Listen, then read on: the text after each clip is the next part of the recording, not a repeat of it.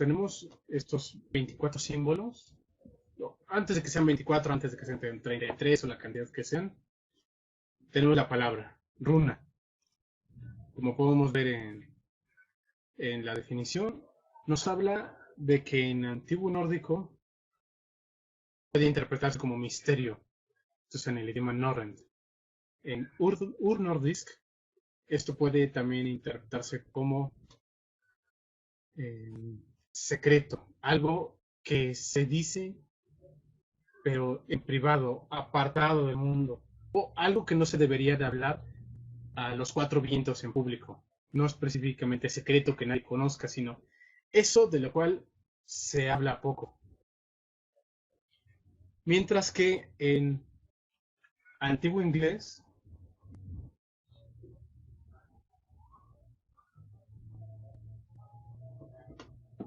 buenas noches. Mientras que en antiguo inglés esta misma palabra, runa, o en antiguo inglés runo, se traduce como susurro, o nuevamente algo que se habla pero bajando la voz, que no se debe de hablar a los cuatro vientos. De ahí que se le den todas estas definiciones a la palabra. Pero al menos quedémonos con esta del antiguo nórdico del Norrøn, de misterio.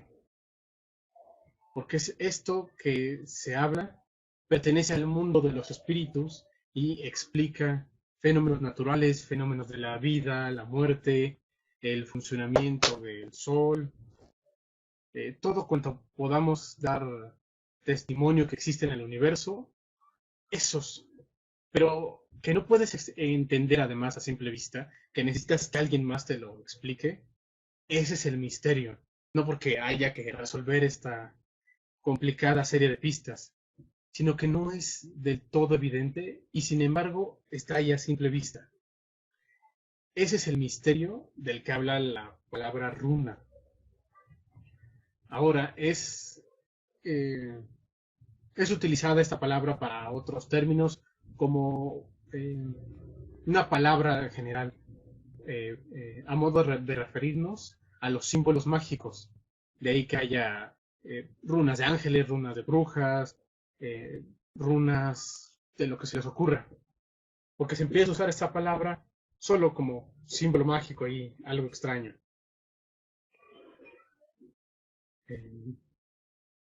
Pero en el estudio de el esoterismo y la espiritualidad nórdica podemos identificar una serie de lo que son 16, 24, 33 símbolos.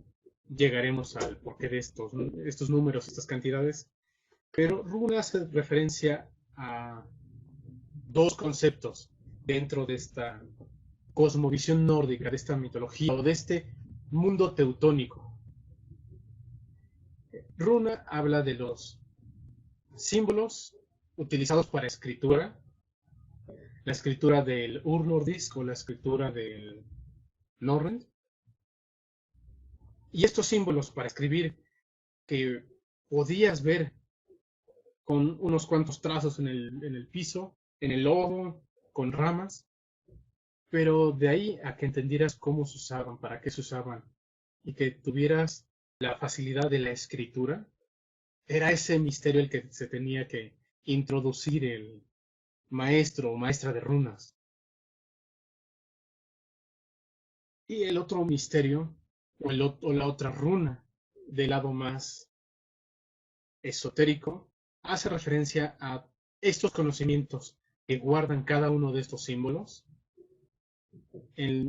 mediante los cuales podemos entender o resumir, catalogar estos fenómenos del universo. Ahora, en el siglo V, no, corrección, cerca de 1940, se excava en una granja sueca, mientras está haciendo el arado para el campo, una enorme piedra dentro del arado. Esta se levanta pareciendo que era la cobertura, la tapa para una tumba antigua de la cual se conservaba muy poco. Pero por dentro de esta piedra, de esta, podremos decir, lápida, se encontraba una serie de símbolos en un orden muy específico que ya se habían encontrado en otras piedras, en otras runestein o piedras rúnicas, estelas de runas. Pero de una u otra manera, estos símbolos, esta secuencia, se había eh, se le habían añadido o se le habían restado runas, se tenían con algunas al comienzo, otras al final, pero comenzaba a aparecer un patrón. Se data esta piedra rúnica y es a la que se le denomina como la runestein de Kjolver, la piedra rúnica de Kjolver es de donde la localidad donde se encontraba esta granja. Es a esta piedra del siglo V a la que se le atribuye el hallazgo más antiguo de las runas.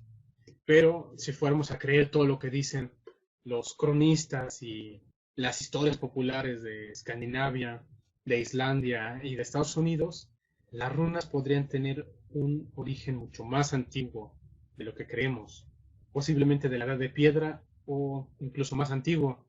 Sin embargo, no tenemos testimonio de ello. El más antiguo sería la piedra Kjolver. Aquí podemos ver algunas otras estelas rúnicas, como son esta ya durante la Edad Media y estas otras del Renacimiento, ya mucho más adornadas y con motivos serpentinos. Pero podemos encontrar diferentes juegos o modificaciones en estas runas, porque como todo idioma, este se necesita actualizar a sus hablantes, a sus escritores, o desaparece. Estas estelas se colocaban en cruces de caminos, a la entrada de pueblos o en el marco de un granero cerca de una granja para conmemorar sucesos importantes, incluso en prados para conmemorar batallas importantes o la muerte de un amigo muy querido a la cual quienes le sobrevivieran erigirían esa estela para recordarle que al escribirlo en su propio idioma del tiempo, o sea, de la antigüedad o la Edad Media o el Renacimiento, lo hubieran hecho con runas, que son estos ejemplos que podemos ver ahora. Pero este es un acercamiento a la piedra de Kjolver, donde podemos encontrar esta secuencia de las 24 runas, y estas serían aquellas que se atribuye un orden, un, una historia que cuentan en este orden específico, así como se les puede encontrar ese también orden, esa narrativa interna de los símbolos, de las letras, a lo que es el antiguo griego, al hebreo, al, no necesariamente al chino, pero estos símbolos, estos kanjis cuentan una historia por sí misma, ¿sí? Sin importar su orden específico. Pero aquí, con estos símbolos, estas letras, esos sistemas de escrituras europeos, se comienza a ver, y del Medio Oriente, esta cierta narrativa en el orden de sus letras. Por eso, al ser el más antiguo y encontrar la mayor similitud entre todos los patrones, se atribuye que este orden de la piedra Kjolver sería el canónico, por así decirlo. Aquí podemos encontrar estas mismas letras, estos símbolos, conocidos por esta frase que se forma al unir las primeras 6 letras de esta colección, que es el Futhark. Y al requerir identificar entre las diferentes iteraciones, las transformaciones de estos sistemas de escritura, se les puede conocer solo por su antigüedad, que sería el Futhark más antiguo, o por el idioma que se usaba para escribirle, o que se le usaba para leer de este. Sería el Futhark para el protogermánico o el Futhark Urnordisk. Y aquí podemos ver dividido entre estas 3 columnas el mismo orden que se encuentra en la piedra Kjolver, comenzando por Fehu, avanzando a Uruts, Thurisats, Ansuts, Raido y Kaunas. Así proseguimos entonces a llegar hasta la runa de o Zala. Esta proviene de la Edad Media, que es un ejemplo. Podemos ver cómo se escribe por la configuración del motivo serpentino, estas runas a lo ancho o verticalmente. Pero podemos ver que varía ligeramente, un poco más redondas, un poco más simples. Estas son las que se conocen como el Futhark danés. Este Futhark ya pertenece a lo que es el idioma Norrent, pero en su variante de Dinamarca, o el Norrent danés, lo que sería el precursor del antiguo danés que viene a engendrar al moderno danés. Aquí encontramos más o menos las mismas runas, pero se reducen en número. Aquí son 16, pero las que coinciden con los mismos significados, aunque sus nombres se simplifican. Si avanzamos brevemente, aquí tenemos otra estela rúnica que pertenece también a la Edad Media, mientras que la piedra Culver es del siglo V, esta viene a ser del siglo VIII. Aquí se nota no un daño a los símbolos, a las letras, como se puede ver en esta otra esquina, sino una sobresimplificación de estos símbolos. Aquí podemos ver cómo algunas runas se convierten solo en un trazo, un breve cincelazo. Así como esta otra runa pierde como que su lateralidad, y estas son prominentemente más curvas. Este también es el Futhark para el antiguo nórdico o el Norrent de la región de Suecia y Noruega. Aquí tenemos el Anglo-Saxon Casket o el cofre, el casquete anglosajón. Este es uno de los artefactos del tiempo de Alfredo el Magno, este rey todavía del tiempo de los anglosajones, del antiguo inglés, previo a la conquista de Inglaterra por parte de Guillermo el Conquistador. Aquí podemos ver las runas utilizadas para escribir el antiguo inglés. Los anglosajones son parte de un conjunto de 5 tribus suecas y danesas que migran de Escandinavia para alojarse al sur de Inglaterra cerca del siglo V, después de la desocupación de los romanos. Aquí ocupan el sur de lo que es hoy Inglaterra, comienzan a avanzar hacia el norte. Por eso Wessex tenía de los asentamientos anglosajones más antiguos, con más historia y con contacto con la arquitectura romana.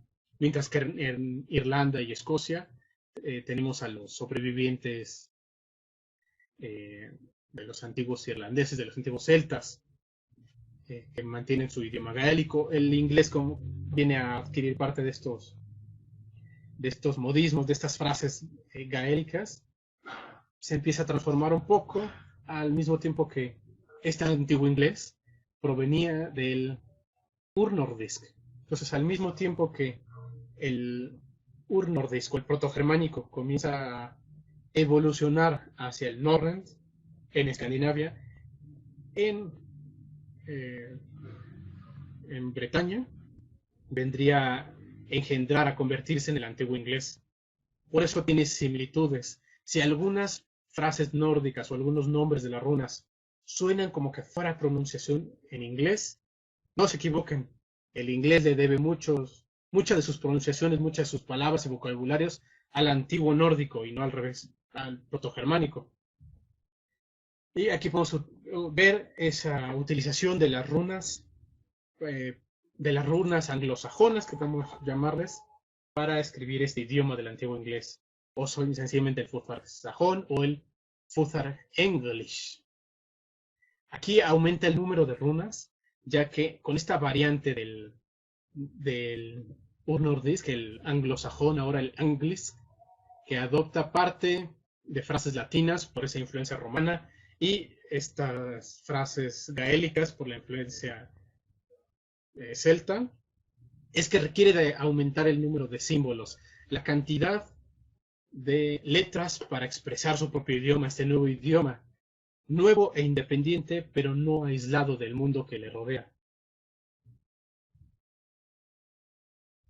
Por último, cerca del siglo XV hacia el siglo XVI, ya siglos después de la cristianización, no solo de Wessex, sino de toda Escandinavia, comienza a entrar en desuso el, el, la escritura mediante las runas. Y el Norrent, o ya en este caso el antiguo noruego, el antiguo islandés, estos idiomas que poco a poco dejan sus influencias medievales y empiezan a evolucionar casi a los ancestros directamente de los idiomas modernos. Es en este preciso momento de la historia que se escribe el Codex Runicus y el Codex Regius. Esos son libros ya en papel, ya no son artefactos en madera, en hueso o en piedra.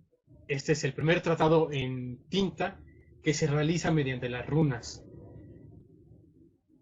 Y este se le llama el Futhark latino, o también se le conoce de pronto como el Futhark medieval, pero dado que tanto el Futhark danés como el sueco pertenecen a esta alta edad media, puede implicar una cierta confusión, ya que los tres podrían considerarse Futhark medievales, o incluso ser mejor tratado como el Futhark renacentista. Si estamos viendo que este último rescate de la runa se da del siglo XV al siglo XVI, ya más en el Renacimiento que en la Edad Media.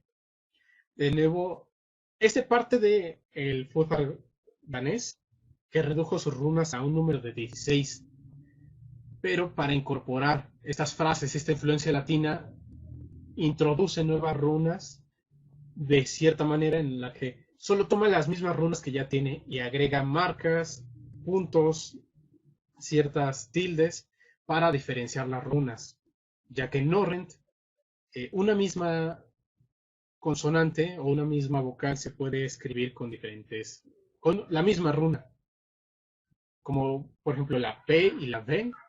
La B, la biofrontal, se escribirían con la misma runa de Bjarka, pero esos son asuntos del Futhark latino. Lo que nos importa en este momento son las runas adivinatorias, podemos decirlas, podemos verlas. Las runas mágicas. Esas son principalmente el Futhark Urnordisco, el Futhark germánico, que son los 24 símbolos más antiguos, los que engendran a todos los demás de cualquier combinación, de cualquier escritura, de cualquier piedra rúnica, tienen que venir influenciados u originados por este Futhark. Por eso es aquel que tiene la mayor cantidad de respuestas, la mayor cantidad de sabiduría y por lo tanto la mayor cantidad de poder del cual podamos nosotros auxiliarnos. Para el resto del mundo, ¿no? En Escandinavia, en Dinamarca, por ejemplo, se lleva como parte de los estudios generales en todas las escuelas danesas, así como aquí llevamos Historia de México y llevamos esta unidad o este tema en el que aprendemos el concepto de Calpulli, pero no solo su concepto, su idea, pero no se profundiza más en qué es un Calpulli o si funcionaba, cuál era su completo sistema de, de adiestramiento o educación. De igual manera, en Dinamarca se estudia la runología como una materia de tronco común, podemos decirlo. Y se enseña a todos los habitantes a leer las runas y a escribirlas en sus diferentes iteraciones. Entonces, para ellos podría ser más común la versión de esta presentación de las estelas rúnicas, estas piedras ancestrales erigidas por precisamente sus ancestros. Pero para el resto del mundo tenemos esta percepción, esta idea, esta imagen de estas ruedas, estas rodajas de madera con las inscripciones de una runa en singular o estas tiras, estos bastones de runas que se pueden traer en un cofre, en un saquito, atados en un paño de seda o en un paño de lino o algodón o vienen en un cubilete y estas llevan las formas de dados. Cualquiera que haya sido la forma en que se utilizaran, si es que se utilizaron o no, ni siquiera los mismos escandinavos están seguros, que se utilizaran las runas en la antigüedad, en la Edad Media o en el Renacimiento, no queda testimonio de esto más que hasta el siglo, a partir del siglo XVI, y no de la mano de los escandinavos, sino de los islandeses, que aunque pertenecen a esta cultura, no pertenecen a esa zona geográfica. Por eso no son considerados Escandinavia, sino su propia cultura, su propia nación. Es un país separado.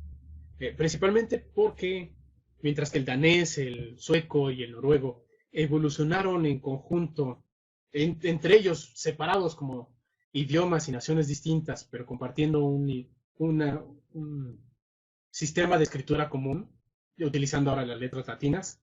El islandés tiene la mayor semblanza con el norrent, con el antiguo nórdico, dada su separación, su aislamiento del resto de Europa. Y estos fueron los que también conservaron un poco más de esta tradición de la magia de las runas. Hasta los 70, 1970, es que se comienza con el movimiento Asatru, de ahí se lleva a Estados Unidos, y de Estados Unidos regresa a Suecia y a Finlandia, que es donde se tiene este nacimiento o este renacimiento, este interés por la magia de las runas, la cultura de estos antiguos teutones y toda la magia asociada a los símbolos que conocemos como las runas. Si les interesa este curso de introducción a las runas, introducción a la magia de las runas, va a tener un costo de 100 pesos mensuales, bastante accesible. Y me pueden hacer transferencia bancaria directamente. Les voy a dejar aquí en uno de los, se me hace que en dudas y preguntas, en un canal de texto. Les mando, los etiqueto a todos para que vean el mismo canal de texto. Esta sesión de Discord, estoy descubriendo estas maravillas del Discord, no va a expirar a diferencia del Skype. Entonces, la siguiente semana, el martes, a la misma hora, por este mismo canal de voz de Discord, nos vendremos a encontrar. Así que no cierren su sesión, porque si no les va a pedir que busquen nuevamente el vínculo. Ya como están aquí, no se va a cerrar la aplicación. Entonces aquí mismo les dejo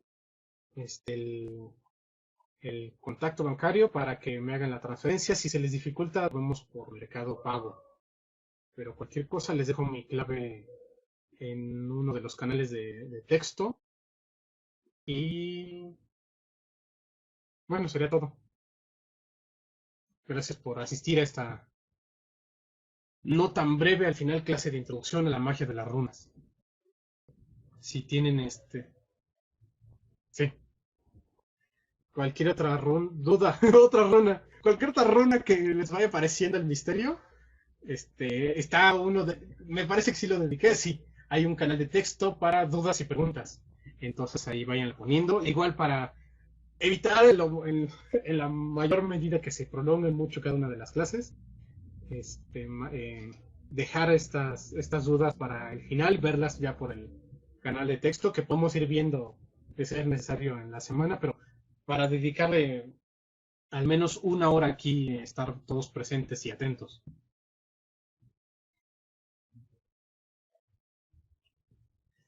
Fue todo un placer estar con ustedes y hablar de mi tema favorito de todo el mundo. Así que nos estamos viendo. Hasta luego.